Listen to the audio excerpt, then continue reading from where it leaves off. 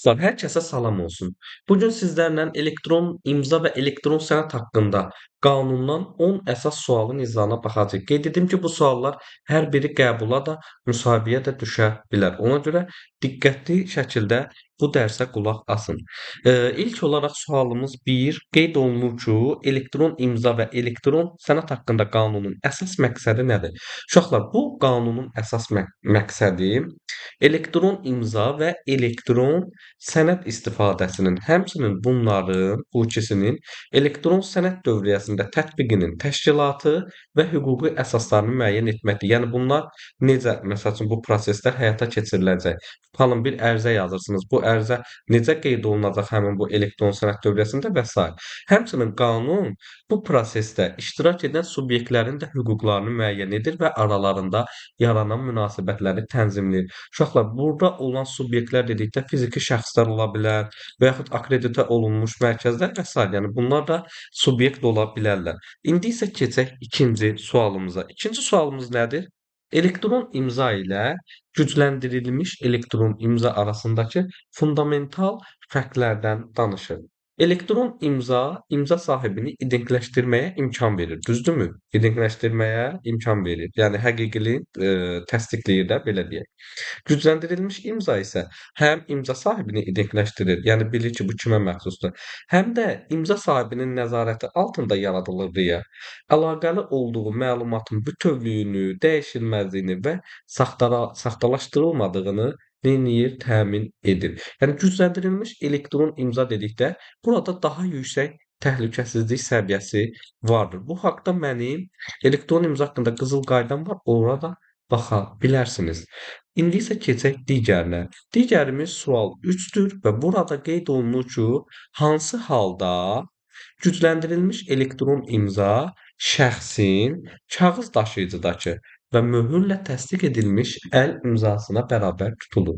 Uşaqlar, təkmil sertifikatda əgər imza sahibinin səlahiyyətinə dair, baxın burada da yazıram, səlahiyyətinə dair məlumat göstərilirsə, onda qüvvədə olan təkmil sertifikatla gücləndirilmiş imza şəxsin kağız daşıyıcı üzərindəki və möhürlə təsdiq edilmiş əl imzasına bərabər tutulur.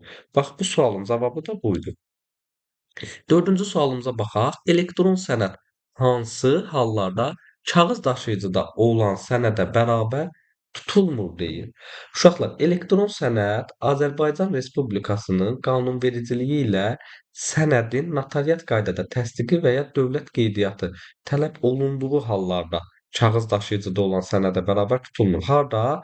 Qanunvericiliyi ilə, yəni söhbət Azərbaycan qanunvericiliyi ilə gedir. Burada da qeyd etdim.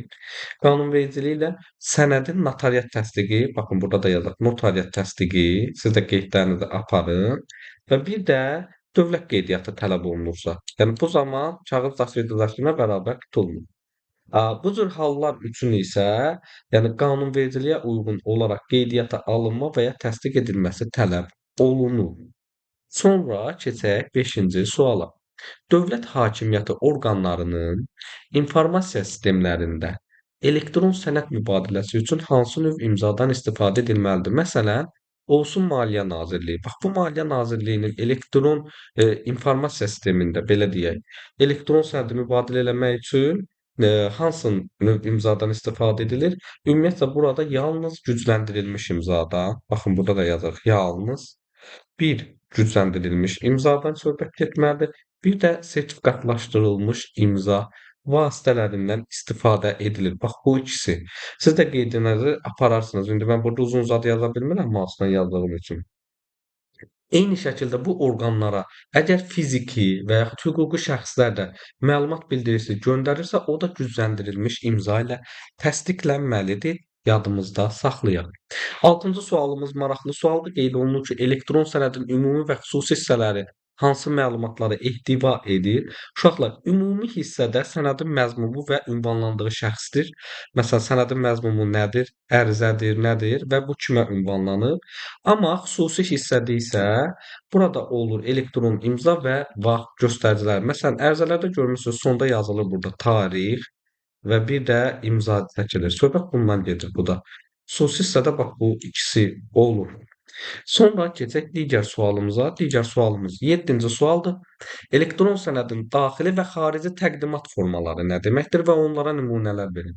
Uşaqlar, elektron sənədin daxili təqdimat forması onun verilənlər daşıyıcısında yazılmış elektron formatıdır. Məsələn, hər hansısa bir PDF faylı, hər hansısa bir, məsəl üçün deyirik, docx faylı və sair. Yəni baxın, bu sənədin özü PowerPoint-dur, düzdür. Amma bu bir PDF olsaydı, bax bu PDF belə deyim, açılmayıbsa bu daxili təqdimat formasıdır. Yox, əgərləri bu, belə deyək, hər hansısa bir maddə obyektə əyani şəkildə, qavranılan şəkildə əks olunursa, onda xarici təqdimat forması olur. Yəni mən bu PDF-i açıram, hər hansısa bir, belə deyək, displeydə bu artıq göstərilirsə, bu olur xarici təqdimat forması. Məsələn, sənədin çap edilmiş forması da onun xarici təqdimat forması sayılır. Bu da daxili və xarici təqdimatın fərqləridir, yəni formalarının fərqləri.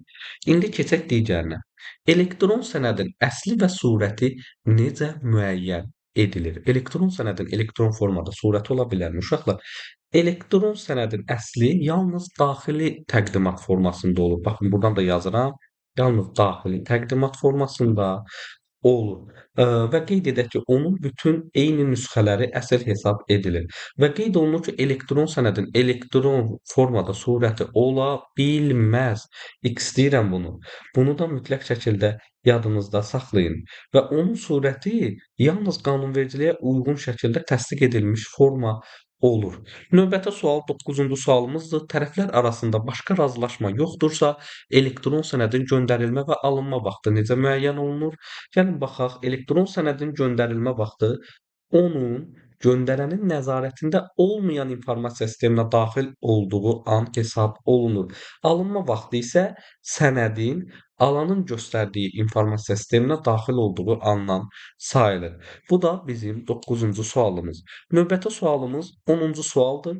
Konfidensial, yəni gizli informasiya, o cümlədən dövlət sirri təşkil edən məlumatları olan elektron sənədlərin mübadiləsi üçün hansı tələblər mövcuddur? Uşaqlar, tərkibində dövlət sirri təşkil edən məlumatlar olan elektron sənədin mübadiləsi üçün yalnız sertifikatlaşdırılmış elektron imza və elektron sənəd dövriyyəsi vasitələrindən istifadə olunmalıdır. Baxın, burada da yazıram, sertifikatlaşdırılmış. Həmçinin onu da qeyd edim ki, bu cür sənədlərlə işləyən, eee İşləyən informasiya sistemlərinin yoxlanılması, yəni ekspertizası müvafiq icra hakimiyyəti orqanı tərəfindən də həyata keçirilir. Bax, bu da elektron imza haqqında 10 əsas sualın cavabı. Uşaqlar, bir məsələni də diqqətinizə çatdırım. Bax, bugünkü sualların PDF variantını isə mənim Telegram qrupumdan əldə edə biləcəksiniz. İzlədiyiniz üçün hər birinizə təşəkkür edirəm. Sağ olun.